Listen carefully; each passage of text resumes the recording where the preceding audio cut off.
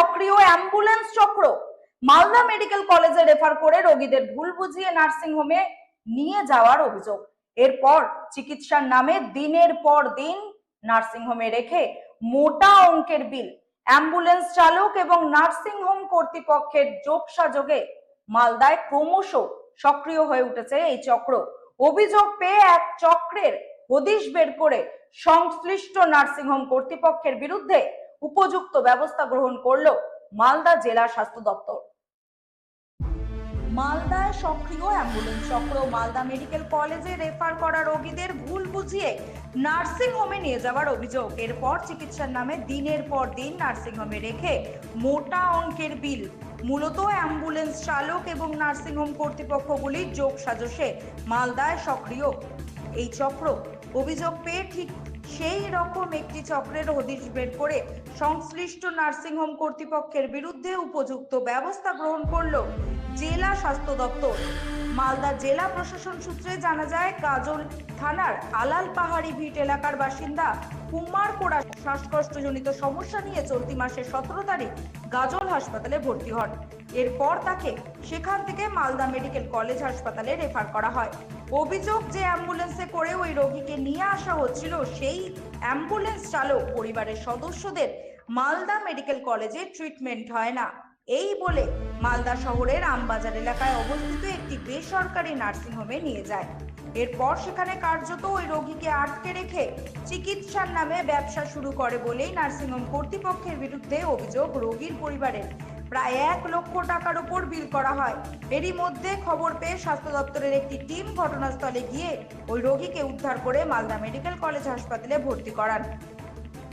সেই সঙ্গে ওই নার্সিংহোম কর্তৃপক্ষের বিরুদ্ধে কড়া পদক্ষেপ গ্রহণ করেন। এদিকে সংবাদ মাধ্যমের মুখোমুখি হয়ে সংশ্লিষ্ট নার্সিংহোম কর্তৃপক্ষে নিজেদের ভুল স্বীকার করেছেন ক্যামেরার সামনে।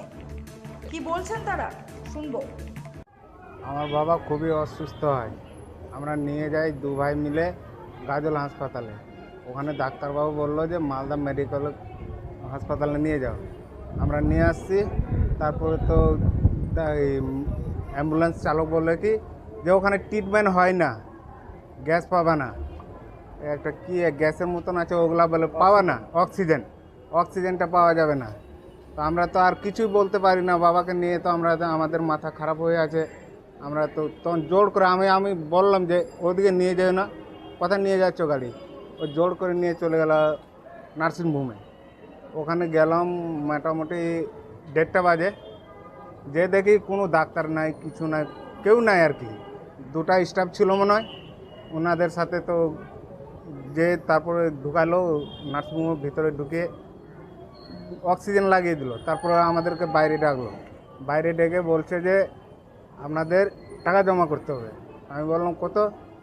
বলে এখন 20,000 টাকা জমা করো, 24 ঘন্টা পর্যন্ত এখন আর কিছু বলা যাবে না। আমি ওটাও বললাম যে টাকা জমা দিয়ে দেবো, আবার কিছু বলতে পারবো না 24 ঘন্টার মতন, তাহলে তো কেমন হলো?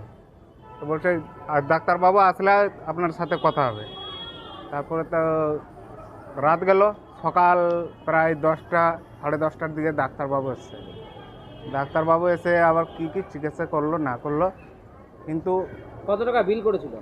বিল তো 82,000 করেছিল, 40,000 42,000 টাকা দেওয়ার পরেও। তারপরে ডিএম অফিস থেকে যখন গেল তখন কি বললেন আপনারা? হ্যাঁ, ডিএম অফিস থেকে লোক যে আমাদের খুবই উদ্ধার করেছে। না হলে তো এমন পরিস্থিতি ছিল, চিকিৎসার তো কোনো নাই, ব্যবস্থা সেরকম নাই। কিন্তু ডিএম অফিস থেকে লোক না গেলে আমার বাবাও যেত, অপরান্ত আমার টাকাও যেত। আমরা গাজল হসপিটালে নিয়ে যাই। নিয়ে যাওয়ার পর ওখানে কিছুক্ষণ থাকার পর ডাক্তারবাবুরা ওরা বললো যে এখানে মেশিনারিজ নাই, আপনি এক কাজ করুন, আপনি মেডিকেলে নিয়ে যান, মালদা মেডিকেলে নিয়ে যান। তারপরে কি হয়েছে, দিয়ে তখন অ্যাম্বুলেন্স সঙ্গে সঙ্গে গাড়ি ভাড়া দিই, গাড়ি ভাড়া করি। ওখানে আমাদেরকে অ্যাম্বুলেন্সগুলো মানে এমনভাবেই চক্রান্ত করেছে যে মানে ওখানে প্রথমে 2,000 কথা হয়েছে, এখানে আস্তে আস্তে 2500 টাকা করে দিয়েছে। এবার আমাদের মালদা মেডিকেলে না ঢুকিয়ে দিয়ে আবার মানে নার্সিংহোমে নিয়ে গেছেন। ওখানে যে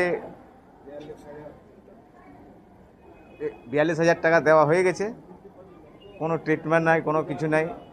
তারপরে তখন আমরা বললাম যে স্যার আমরা গরিব মানুষ, আমরা এখানে রাখার সামর্থ্য নেই, আমাদেরকে পাঠিয়ে দেন।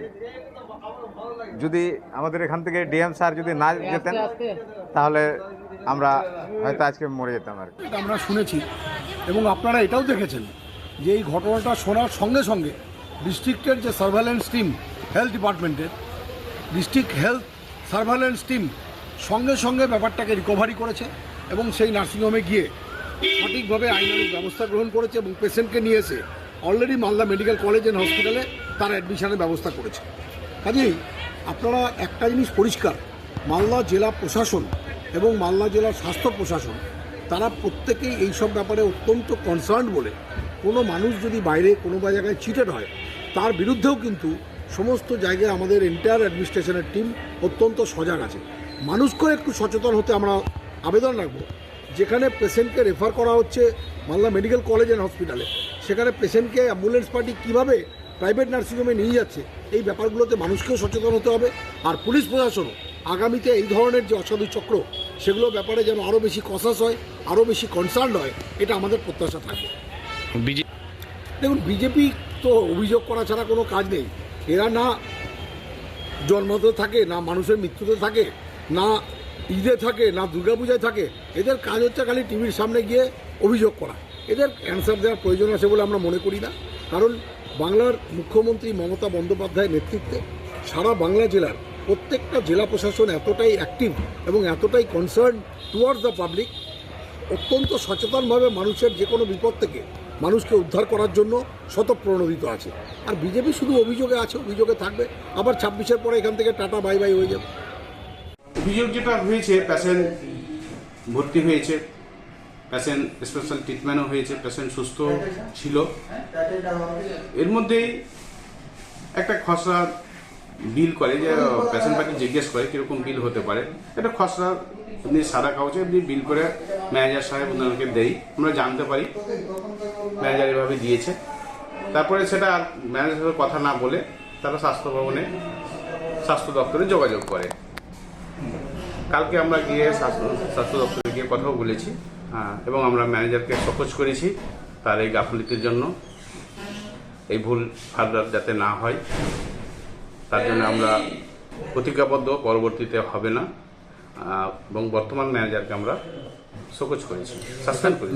ম্যানেজারের ওপর দায় সেরে কি আপনারা এটাকে অস্বীকার করতে পারেন? না, ম্যানেজার এত বড় একটা সংস্থাকে মানে ভুল করবে তো ম্যানেজারকে সেটা নিতেই হবে। ম্যানেজার তো আপনার তত্ত্বাবধানেই কাজ করে। না, ম্যানেজার আমাদের না জানিয়ে এটা হয়েছে, এটা আমরা জানতাম না। হ্যাঁ, বিলটা সম্বন্ধে খসড়া বিল, এটা কোনো লিখিত বিলও হয়নি, শুধু জাস্ট জানানো হয়েছিল পেশেন্ট পার্টিকে যে এরকম একটা বিল হতে পারে। হ্যাঁ, আপনারা কি স্বীকার করছেন যে এটা আপনার আমাদের ভুল হয়েছে? না, এটা আমাদের ম্যানেজমেন্ট ভুলই হয়েছে, এটা আমরা ভুল স্বীকার করছি, পরবর্তীতে হবে না। হ্যাঁ, ইসলাম রোগীর পরিবারে আরও একটা অভিযোগ যে এখানে চিকিৎসা পায়নি, তারা 4 দিন ভরে থেকেছে, অথচ মোটা টাকা একটা বিল করা হয়েছে। সেটা তো পাবলিক ট্রিটমেন্ট করে না, যথেষ্ট আমাদের এমবিবিএস ডাক্তারবাবু আমাদের ট্রিটমেন্ট করছে, ঠিক আছে, এবং রুগী সুস্থ ছিল। যখন আসে রুগীর অবস্থা খুব খারাপ ছিল, কিন্তু 2 দিন ট্রিটমেন্টের পরে রুগী ভালো ছিল।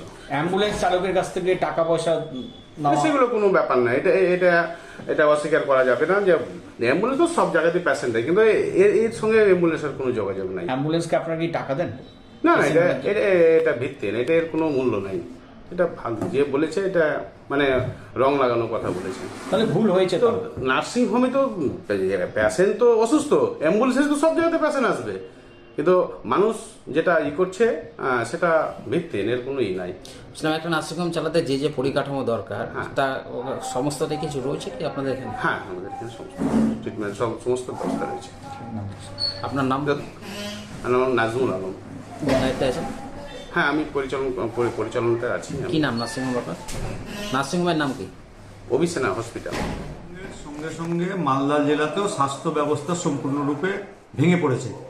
তার সঙ্গে নতুনভাবে যুক্ত হয়েছে প্রতারক, অ্যাম্বুলেন্স, সিভিক, যারা স্বাস্থ্যকর্মী তারা সব প্রতারক হিসেবে এখন কাজ করছে, যার জন্য গরিব দুস্থ মানুষ যখন মেডিকেল কলেজ হসপিটালে ভর্তি হওয়ার জন্য আসছে কিংবা গ্রামীণ হাসপাতাল থেকে তখন যখন তাদের ডিস্ট্রিক্ট হসপিটালে স্থানান্তরিত করা হচ্ছে, তখন এক শ্রেণীর অসাধু চক্র, দালাল চক্র, প্রতারক চক্র, সে অ্যাম্বুলেন্স হোক, সে স্বাস্থ্যকর্মী হোক, সে স্বাস্থ্যের সঙ্গে যুক্ত হোক, তারা কি করছে, মাঝ রাস্তাতে সেই সমস্ত পেশেন্টদেরকে নিয়ে এসে ঘুরপথে শহরে গজিয়ে ওঠা, শহর সংলগ্ন জায়গায় গজিয়ে ওঠা সমস্ত নার্সিংহোমে তাদেরকে নিয়ে ঢোকাচ্ছে।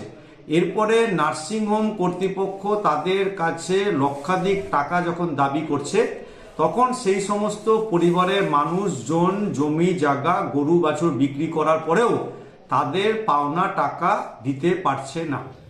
আমরা গত কিছুদিন ধরে আমাদের যে ডিস্ট্রিক্ট সার্ভেলেন্স টিম আছে স্বাস্থ্য সাথীর, তাদেরকে দিয়ে বিভিন্ন নার্সিং হোমে আমরা ভিজিট করাচ্ছি, সাথে সাথে ডায়াগনোসিস সেন্টারগুলোতে ভিজিট করাচ্ছি। সিমিলার ভিজিট গাজলে হয়েছিল। আর গাজল থেকে যেটা আমরা দেখতে পাচ্ছি যে একটা পেশেন্টকে 64 ইয়ার্স ওল্ড একজন বয়স্ক পেশেন্ট ছিল, সে পেশেন্টকে মালদা মেডিকেল কলেজে রেফার করা হয়েছিল, কিন্তু সে অ্যাম্বুলেন্সের যে ড্রাইভার ছিল সেই পেশেন্টটাকে কিন্তু প্রাইভেট নার্সিং হোমে নিয়ে যায় ইংলিশ বাজারে। সেখান যে ওই যে নার্সিং হোম আছে সেখানে যখন আমাদের ডিএসটি টিম ভিজিট করেছে, সেখানে দেখেছে যে প্রায় 1 লক্ষ টাকার বিল ওই পেশেন্টের কাছ থেকে রেজ করা হয়েছে, কিন্তু কোনো সাবস্টান্সিয়াল ট্রিটমেন্ট দেওয়া হয়নি। আর যখন জিজ্ঞাসা করা হয় তখন আমরা জানতে পারি যে ওই পেশেন্টটাকে অবৈধভাবে ওখানে আটকে রাখা হয়েছে, যখন অবধি ও বিল পেমেন্ট করবে না তখন অবধি ওনাকে ছাড়া হবে না। যখন আমাদের ডিএসটি টিম গিয়ে এটা জানতে পারে, সাথে সাথে ওনাকে উদ্ধার করে মালদা মেডিকেল কলেজে আমরা অ্যাডমিট করিয়েছি। সকাল থেকেই ঝিরঝিরে বৃষ্টি।